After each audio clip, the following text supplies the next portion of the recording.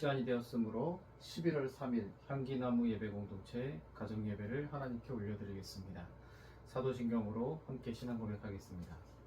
나는 전능하신 아버지 하나님 천지의 창조주를 믿습니다. 나는 그의 유일하신 아들 우리 주 예수 그리스도를 믿습니다. 그는 성령으로 잉태되어 동정녀 마리아에게서 나시고 본디오 빌라도에게 고난을 받아 십자가에 못 박혀 죽으시고 장사된 지 사흘 만에 죽은 자 가운데서 다시 살아나셨으며 하늘에 오르시어 전능하신 아버지 하나님 우편에 앉아 계시다가 거기로부터 살아있는 자와 죽은 자를 심판하러 오십니다. 나는 성령을 믿으며 거룩한 공교회와 성도의 교제와 죄를 용서받는 것과 몸의 부활과 영생을 믿습니다. 아멘.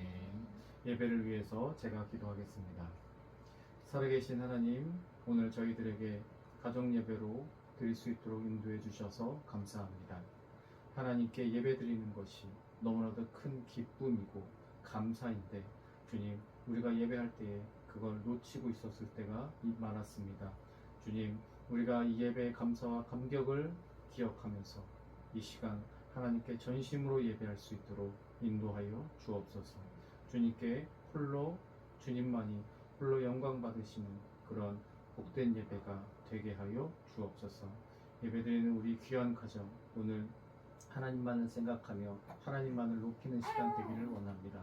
성령께서 예배를 축복하여 주셔서 이 시간 정말 하나님의 말씀이 이 안에 우리 가정 안에 스며들고 우리 마음속에 새겨들어서 우리 가정이 앞으로 그렇게 살아가겠노라고 결단할 수 있는 거룩한 예배가 되게 하여 주옵소서.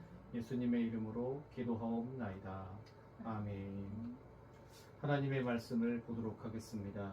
이 시간 우리에게 주시는 하나님의 말씀은 사도행전 9장 1절로 5절까지의 말씀입니다. 사도행전 9장 1절로 5절까지의 말씀인데 우리 다 함께 오늘 말씀을 합독하도록 하겠습니다. 함께 보겠습니다. 사울이 주의 제자들에 대하여 여전히 위협과 살기가 등등하여 대제사장에게 가서 다메섹 여러 회당에 가져갈 공문을 청하니 이는 만일 그 도를 따르는 사람을 만나면 남녀를 막론하고 결박하여 예루살렘으로 잡아오려 함이라. 사울이 길을 가다가 다메섹에 가까이 이르더니 호련히 하늘로부터 빛이 그를 둘러 비추는지라. 땅에 엎드러져 들음에 소리가 있어 이르시되 사울아 사울아 내가 어찌하여 나를 박해하느냐 하시거늘 대답하되 주여 누구시니까 이르시되 나는 내가 박해하는 예수라. 아멘. 오늘 우리에게 주시는 하나님의 말씀입니다. 오늘은 빛이 그를 비추는지라 라는 제목으로 함께 말씀을 듣도록 하겠습니다. 제가 저번에도 우리의 말씀을 드린 적이 있는데 예수님께서 우리를 위해서 죽으셨고 또 우리를 위해서 다시 살아나셨다라고 얘기했습니다. 이것은 바로 두 글자로 복음이라고 했죠. 예수님이 죽었대. 그런데 예수님이 3일 만에 다시 살아났대. 이거는 역사이지만 예수님께서 우리를 위해서 죽으시고 우리를 위해서 다시 살아나신 것은 복음이라고 했죠. 이 복음을 우리 가정이 항상 기억하며 마음에 새기면서 살아가셨으면 좋겠습니다. 그래서 예수님께서는 죽으시고 다시 살아나신 후에 하늘로 올라가셨죠. 이거는 승천이라고 합니다. 그리고 예수님은 분명히 다시 오신다고 하셨습니다. 우리는 주님의 재림을 기다리면서 살아가는 사람들입니다. 우리 가정이 주님의 재림을 기다리며 복음을 기억하면서 하나님께 예배하고 또 하나님께 영광 올려드리는 그런 삶 사시기를 주님의 이름으로 축복합니다. 그래서 예수님께서 승천하신 후에, 즉 예수님께서 하나님 보좌편으로 올라가신 후에 예루살렘에서는 어떤 일이 있었을까요? 예루살렘에서는 이제 교회가 생겼습니다. 예수님을 믿는 사람들이 점점 많아져서 예루살렘에 교회가 생겼습니다. 그때 당시 예루살렘 교회 사람들의 모습은 어땠냐면 제가 저번에 말씀드렸듯이 서로 음식을 나누고 또 서로 재산을 나누고 또 어떤 사람들은 자신들의 재산을 팔아서 자신의 돈을 사도들의 발 앞에 내놓으면서 이 돈을 성도를 위해서 교회를 위해서 사용해 주세요라고 이렇게 하기도 했죠. 즉 이때 당시 초대교회 모습들의 사람들의 모습은 내 거, 네 거 이런 개념이 아니라 모두가 함께 사용했다는 거죠. 우리 모두가 하나다. 우리는 주님 안에 하나의 공동체다라는 의식을 가지고 음식을 나누고 재산을 나누었다라는 겁니다. 바로께는 우리 가정이 앞으로도 또 이런 초대교회의 삶을 살아가시기를 주님의 이름으로 축복합니다. 이렇게 아름다운 성도들의 모습을 봤는데요. 그런데 그 아름다운 성도들의 모습이 있었는데 그들을 반대하고 싫어하고 핍박하는 사람들도 있었어요.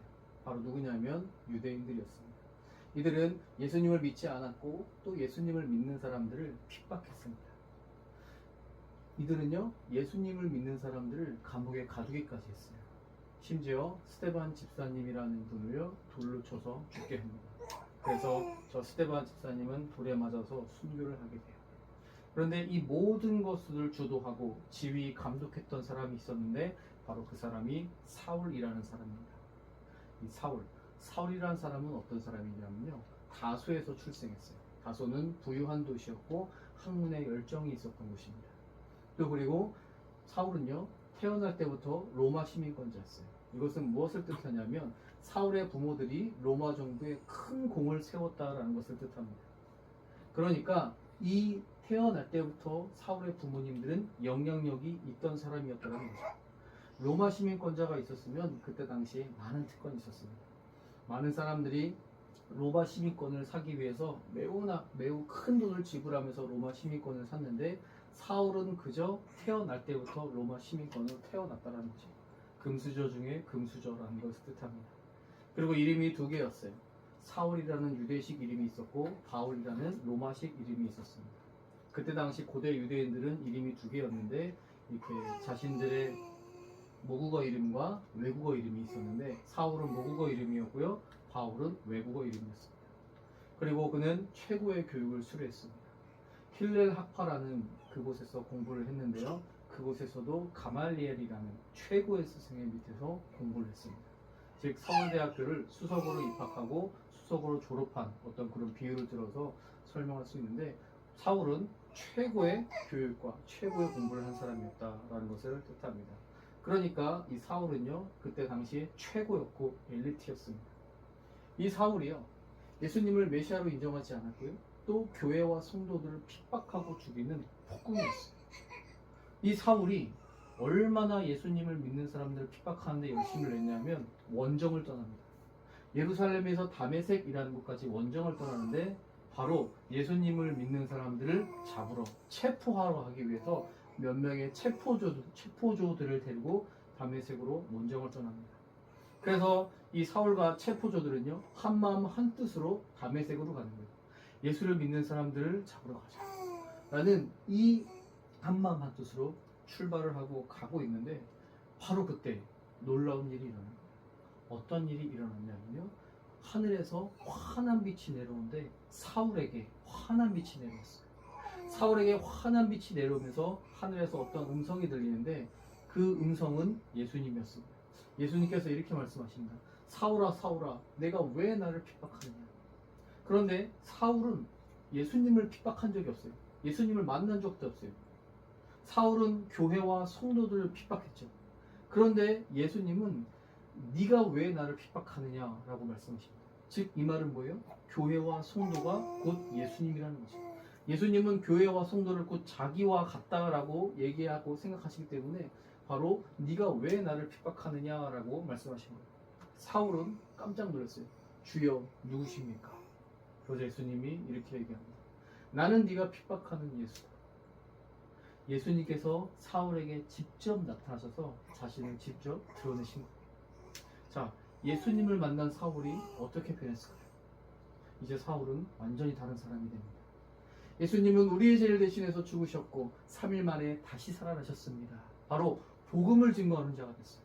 이전에는 예수님을 믿는 사람들을 핍박하고 감옥에 가두는 그런 일들 천직으로 삼았다면 이제는 오히려 반대로 예수님의 복음을 증거하는 그런 예수님의 전도자가 됐다는 거예요.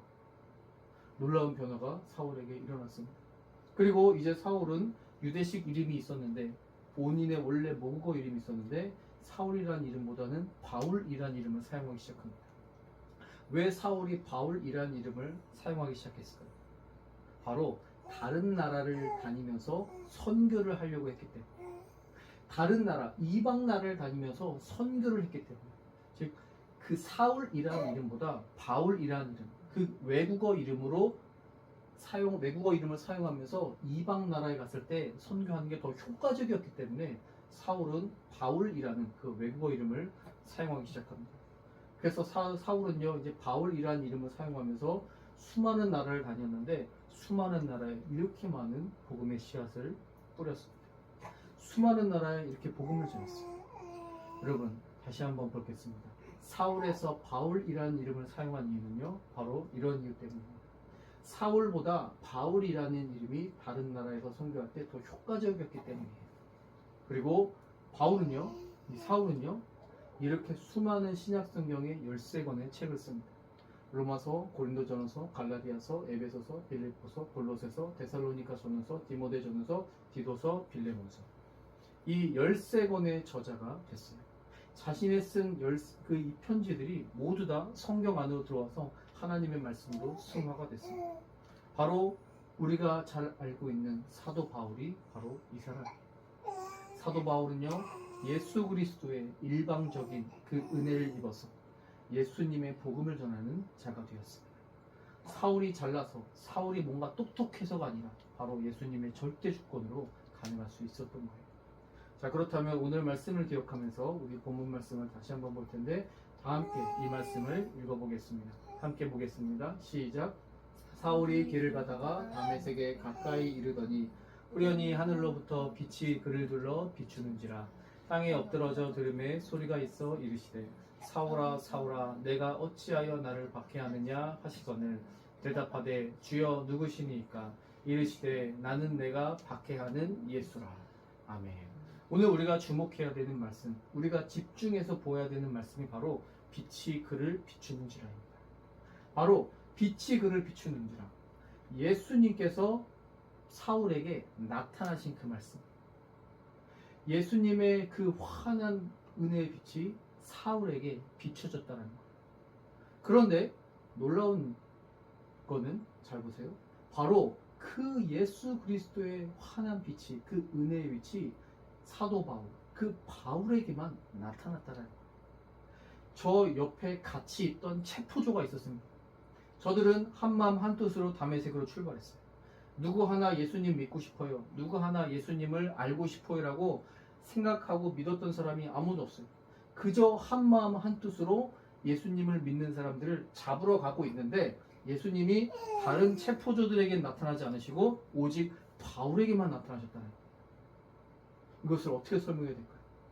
똑같은 마음으로, 똑같은 선택으로 이들이 예수님을 믿는 사람들 잡으러 가는데 왜 누구에게는 나타나고 누구에게는 나타나지 않았을까요?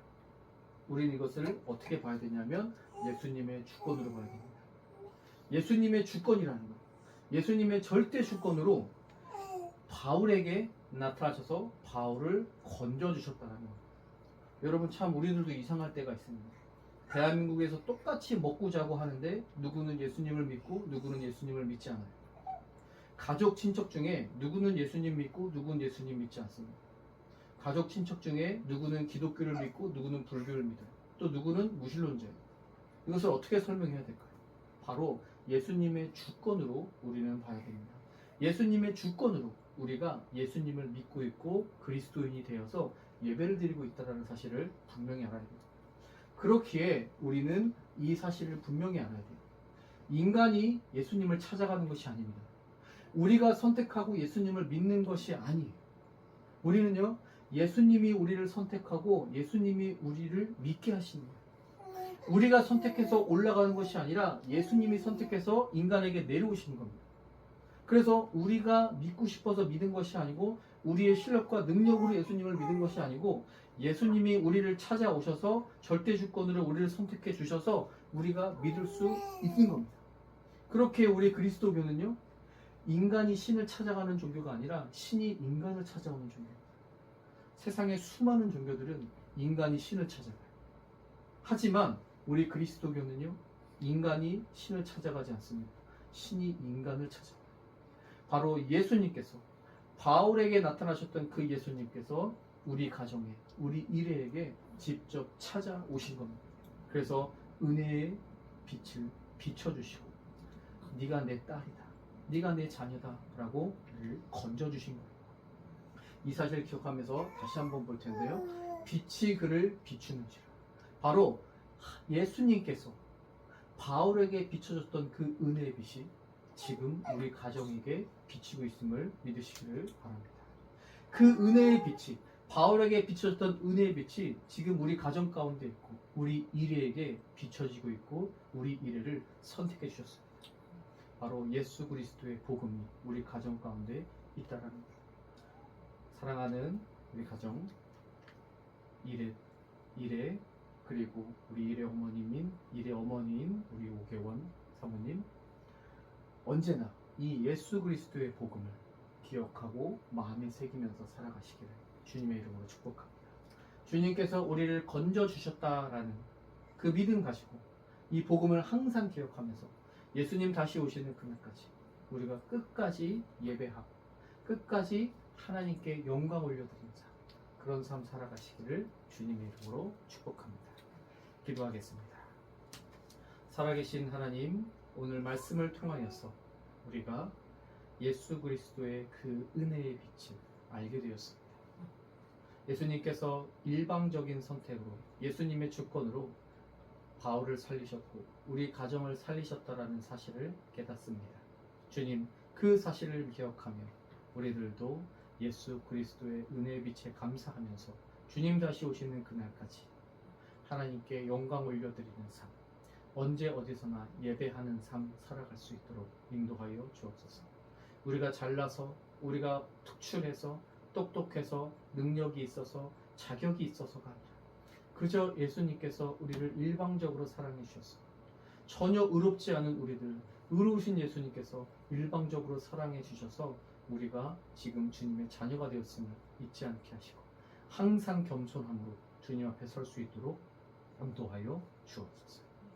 이 모든 말씀을 우리 구주 예수님의 이름으로 기도하오며 이제는 우리 구주 예수 그리스도의 은혜와 아버지 하나님의 크신 사랑하심과 성령 하나님의 위로교통 인도하심이 이제 바울에게 비쳤던 그 은혜의 빛이 우리 가정에게도 비춰지고 있다는 사실을 기억하며 그 믿음을 가지고 굳건하게 살아가고자 결단하는 우리 가정 위에 이제로부터 영원까지 함께 하시기를 간절히 축원하옵나이다. 아멘.